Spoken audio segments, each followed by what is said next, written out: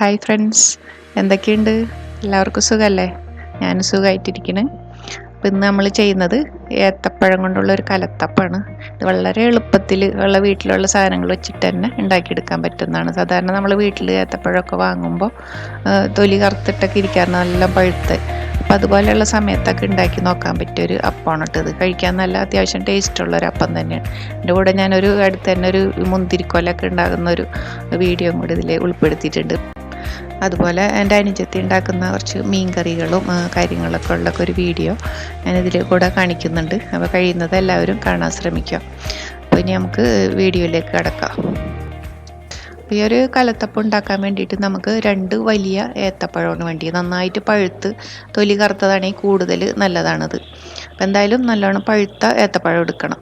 അപ്പോൾ ഇത് എൻ്റെ സൈസ് ചെറുതായതുകൊണ്ട് തന്നെ ഞാനിത് 4 എണ്ണം എടുത്തിട്ടുണ്ട് കേട്ടോ. വലിയ പഴമാണെങ്കിൽ 2 എണ്ണം എടുത്താൽ മതി.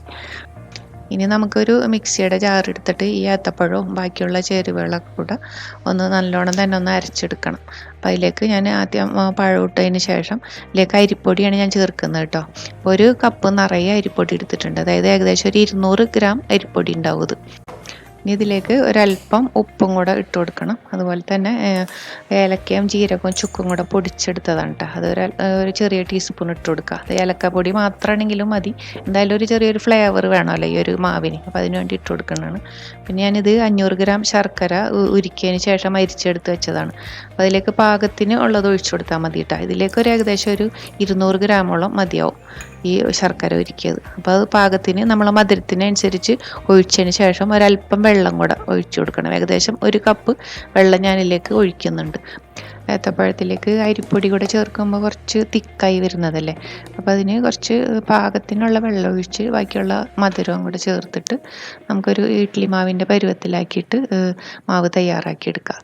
ഇനി നമുക്കൊരു ചട്ടിയിലേക്ക്, ഇത് ഉണ്ടാക്കുന്ന ഒരു ചട്ടി തന്നെയാണ് ഞാൻ വെച്ചിരിക്കുന്നതിലേക്ക് ഒരു വലിയ സ്പൂൺ നെയ്യ് ഒഴിച്ചു കൊടുക്കുക. നെയ്യ് ഇല്ലെന്നുണ്ടെങ്കിൽ വെളിച്ചെണ്ണ ഒഴിച്ചാലും മതി കേട്ടോ. അപ്പോൾ നെയ്യ് ഒഴിക്കുമ്പോൾ കുറച്ചുകൂടെ ടേസ്റ്റ് കൂടുമല്ലോ. അതിലേക്ക് തേങ്ങ, അരിഞ്ഞു വെച്ച തേങ്ങ വറുത്തെടുക്കണം. നമ്മൾ ഒരു ബ്രൗൺ കളറാക്കി ഒന്ന് വറുത്തെടുക്കുക. അതിനുശേഷം ബാക്കിയുള്ള ഈ നെയ്യിലേക്ക് കുറച്ച് ഒരു 5-8 പീസ് ചെറിയ ഉള്ളി അരിഞ്ഞെടുത്തതാണ് കേട്ടോ. അപ്പോൾ അതും കൂടെ ഇതിലേക്ക് ഈ നെയ്യിലേക്ക് വറുത്തെടുക്കാം. സാധാരണ നമ്മൾ കലത്തപ്പം ഉണ്ടാക്കുമ്പോൾ ഉള്ളി മൊരിച്ചെടുക്കാറുണ്ടല്ലോ. അതുപോലെ ഉള്ളി ഒരുവിധം നന്നായിട്ട് മൊരിച്ചാൽ മതി. നല്ല ബ്രൗൺ കളറാക്കി എടുക്കണ്ട കേട്ടോ. അപ്പോൾ കരിഞ്ഞു പോകും. കാരണം ഈ ഉള്ളിയുടെ മേലെയാണ് നമ്മൾ ഈ മാവ് ഒഴിച്ചു കൊടുക്കുന്നത്. അപ്പോൾ ഇതിലേക്ക് ഇരുന്ന് വെന്ത് വരുമ്പോഴത്തേനും പാകത്തിനുള്ളൊരു മൊരിഞ്ഞ് കിട്ടും. ഞാനിപ്പോൾ ഇതുപോലെ ഒരു ഇരുമ്പ് ചട്ടിയുടെ മേലെയാണ് ഇത് കയറ്റി വെക്കുന്നത്. അപ്പോൾ ഡയറക്റ്റായിട്ട് ചൂട് തട്ടില്ലല്ലോ. ഏത്തപ്പഴം ചേർക്കുന്നതുകൊണ്ട് തന്നെ നമ്മളത് അധികം തീയിൽ വെക്കാതിരിക്കുന്നത് നല്ലത്. അപ്പോൾ അടിവശമൊക്കെ നല്ല പാകത്തിനായി കിട്ടും. ഇതിൻ്റെ മേലേക്ക് ഈ വറുത്ത് വെച്ചിരിക്കുന്ന തേങ്ങാക്കൊത്ത് നമുക്കെല്ലാം വെതറി ഇട്ട് കൊടുക്കാം. അപ്പോൾ ശരിക്കും ഈ ഒരു ഉള്ളി മൊരിച്ചതും തേങ്ങ വറുത്തതുമാണ് ഈ ഒരു അപ്പത്തിൻ്റെ ശരിക്കും ടേസ്റ്റ് കിട്ടുക. കൂടുതൽ സാധനങ്ങളൊന്നും നമുക്ക് ആവശ്യമില്ലല്ലോ, വലിയ ചിലവൊന്നുമില്ല ഇത് ഉണ്ടാക്കാൻ. അപ്പോൾ നമ്മളിത് അടച്ച് വെക്കുക. എയർ ടൈറ്റായിട്ട് അടച്ച് വെച്ചതിന് ശേഷം ആദ്യം ഒരു 10 മിനിറ്റ് ഒരു മീഡിയം ഫ്ലെയിമിൽ വെക്കുക. ബാക്കിയുള്ള ടൈം ചെറിയ തീയിലിട്ട് വേവിച്ചെടുക്കുക. അപ്പോൾ ഒരു ഏകദേശം ഒരു 30 മിനിറ്റോളം ഇത് വെന്തെടുക്കാൻ വരും കേട്ടോ. ഇതിൻ്റെ എല്ലാ സൈഡും ഇങ്ങനെ മൊരിഞ്ഞ് വന്നിട്ടുണ്ടെങ്കിൽ ശരിക്കും ഇത് വെന്തിട്ടുണ്ടാവും. നമുക്കൊന്ന് കുത്തി നോക്കുകയാണ്. അപ്പോൾ ചിലപ്പോൾ അത് ഒട്ടിപ്പിടിക്കുന്ന പോലെ തോന്നും, പക്ഷെ അത് ചൂടാറി വരുമ്പോൾ പാകത്തിനായി വരും. അപ്പോൾ കണ്ടാൽ എല്ലാ സൈഡും നല്ല മൊരിഞ്ഞ് വന്നിട്ടുണ്ട്. അപ്പോൾ നമുക്കിത് ഫ്ലെയിം ഓഫ് ചെയ്തെടുത്തു. അപ്പോൾ ഇതിപ്പോൾ തണുത്ത് കഴിയുമ്പോൾ തന്നെ എല്ലാ സൈഡും ഇത് വിട്ട് വരും തന്നെ. ഒന്ന് മറിച്ചിട്ട് കൊടുക്കാം നമുക്ക്. അപ്പോൾ ഇതുപോലെ ഉണ്ടാക്കുമ്പോൾ എപ്പോഴും നോൺ സ്റ്റിക്ക് പാത്രത്തിൽ തന്നെ ഉണ്ടാക്കണം. ഒരു ഇത്തിരി തിക്കായിട്ട് തന്നെ ഇരിക്കണം ഈ അപ്പം. അതല്ലാന്നുണ്ടെങ്കിൽ ഒരു കുക്കറിൽ നന്നായിട്ട് തന്നെ എണ്ണ അല്ലെങ്കിൽ തടവിയിട്ട് നമുക്കിത് ഉണ്ടാക്കിയെടുക്കാം.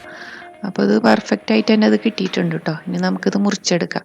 ഇതിപ്പോൾ പഴത്തപ്പഴമൊക്കെ വീട്ടിൽ ഇതുപോലെ വേസ്റ്റായി പോകുന്നതിലും പോലെ ഇതുപോലെ ഉണ്ടാക്കിയിട്ടുണ്ടെങ്കിൽ നമുക്ക് വൈകുന്നേരം ചായയുടെ കൂടെയൊക്കെ കഴിക്കാൻ നല്ലതാണ്. കൂടുതൽ ചിലവൊന്നുമില്ലല്ലോ. അത്യാവശ്യം വീട്ടിലുള്ള സാധനങ്ങൾ വെച്ചിട്ട് തന്നെ നമുക്ക് എളുപ്പത്തിൽ ഉണ്ടാക്കിയെടുക്കാം. അതുപോലെ ചക്ക വെച്ചിട്ട് ഇതുപോലെ ഉണ്ടാക്കാം കേട്ടോ. കൂടുതൽ ടേസ്റ്റ് ആയിരിക്കുള്ളൂ. ഇപ്പോൾ നമുക്ക് ചക്ക എപ്പോഴും കിട്ടില്ലല്ലോ. ഏത്തപ്പഴമാകുമ്പോൾ എപ്പോഴും ഉണ്ടാവും. അപ്പോൾ അതുകൊണ്ട് ഞാനിപ്പോൾ ഏത്തപ്പഴം ഉണ്ടാക്കി കാണിച്ചത്.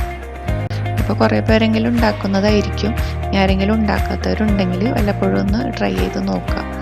ഇനി നമുക്ക് ഇനി അടുത്ത വീട്ടിൽ കുറച്ച് ഇങ്ങനെ മുന്തിരി ഉണ്ടായി കിടക്കുന്ന ഒരു കാഴ്ചയാണ് ഞാൻ കാണിക്കുന്നത് വീഡിയോ.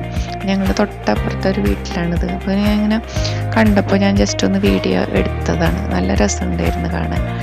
ഫുള്ളായിട്ട് ഇങ്ങനെ കുറേ മുന്തിരിക്കൊലകൾ ഉണ്ടായിട്ടുണ്ട്. സാധാരണ നമ്മൾ നാട്ടിലധികം കാണാറില്ല, ഉണ്ടാകുന്നുണ്ട്. എന്നാലും ഞാൻ അടുത്ത് കണ്ടത് ഇപ്പോഴാണ് കേട്ടോ ശരിക്കും. അപ്പോൾ അതുകൊണ്ടാണ് ഞാൻ ഈ വീഡിയോ എടുക്കുന്നത്. കാണാൻ നല്ലൊരു ഭംഗിയായി തോന്നി. ശരിക്കും ഇത് പഴുത്ത് വന്നിട്ടില്ല കേട്ടോ, അതുകൊണ്ട് തന്നെ അത് കഴിക്കുമ്പോൾ നല്ല പുളിയുണ്ട്. എന്നാലും കഴിക്കാൻ വേണ്ടിയിട്ടല്ലെങ്കിലും നമുക്കിത് കാണുമ്പോൾ നല്ലൊരു സന്തോഷമാണ്. വീട്ടിലുണ്ടായി കിടക്കുന്ന കാണുമ്പോൾ അതെന്തും അതെ, വീട്ടിലെന്തെങ്കിലും പച്ചക്കറി ആയാലും ഫ്രൂട്ട്സ് ആയാലും ഉണ്ടാകുമ്പോൾ അതിൻ്റെ ഒരു സന്തോഷം വേറെയാണ് നമുക്കിത് കാണുമ്പോൾ. ഇപ്പം ഞാൻ എൻ്റെ അനിയത്തി ഉണ്ടാക്കുന്ന കുറച്ച് മീൻ കറികളുടെ വീഡിയോ ഒക്കെയാണ് കാണിക്കുന്നത് കേട്ടോ. അപ്പോൾ അവൾ മീനൊക്കെ കട്ട് ചെയ്യുകയാണ്, ബാക്കി ഞാൻ അവൾ പറയും. മഞ്ഞപ്പൊടി ഇട്ട് അരമണിക്കൂർ വെച്ചിട്ട് ഞാൻ ഫ്രൈ ചെയ്തെടുത്തിട്ട് ആ എണ്ണയിൽ തന്നെ സവാള മൂപ്പിച്ച് അതിനകത്ത് ഞാൻ മൊരിച്ച് എടുത്തേച്ചെടുത്തതിനകത്ത് കൂന്തൽ മസാല ഫ്രൈ. സ്റ്റവ് ഓഫാക്കുക. മസാല ആയിട്ടുണ്ട്. പിന്നെ കുറച്ച് ചാള മുളക് ഇട്ടിട്ടുണ്ട്, കപ്പ പുഴുങ്ങാൻ വെച്ചിട്ടുണ്ട്.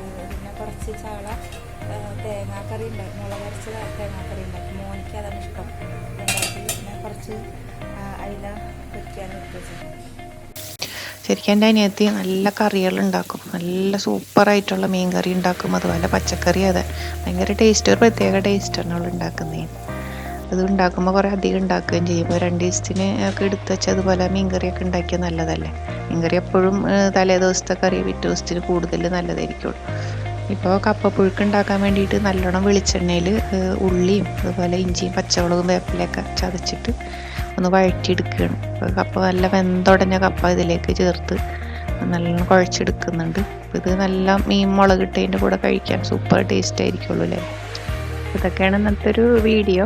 അപ്പോൾ നിങ്ങൾക്ക് ഈ വീഡിയോ ഇഷ്ടപ്പെട്ടിട്ടുണ്ടെങ്കിൽ ഫ്രണ്ട്സായിട്ടും ഫാമിലിയായിട്ടൊക്കെ ഷെയർ ചെയ്യുക. പിന്നെ പുതിയ റെസിപ്പി ആയിട്ട് അടുത്ത വീഡിയോയിൽ കാണുന്നവരെ ടേക്ക് കെയർ. ബൈ.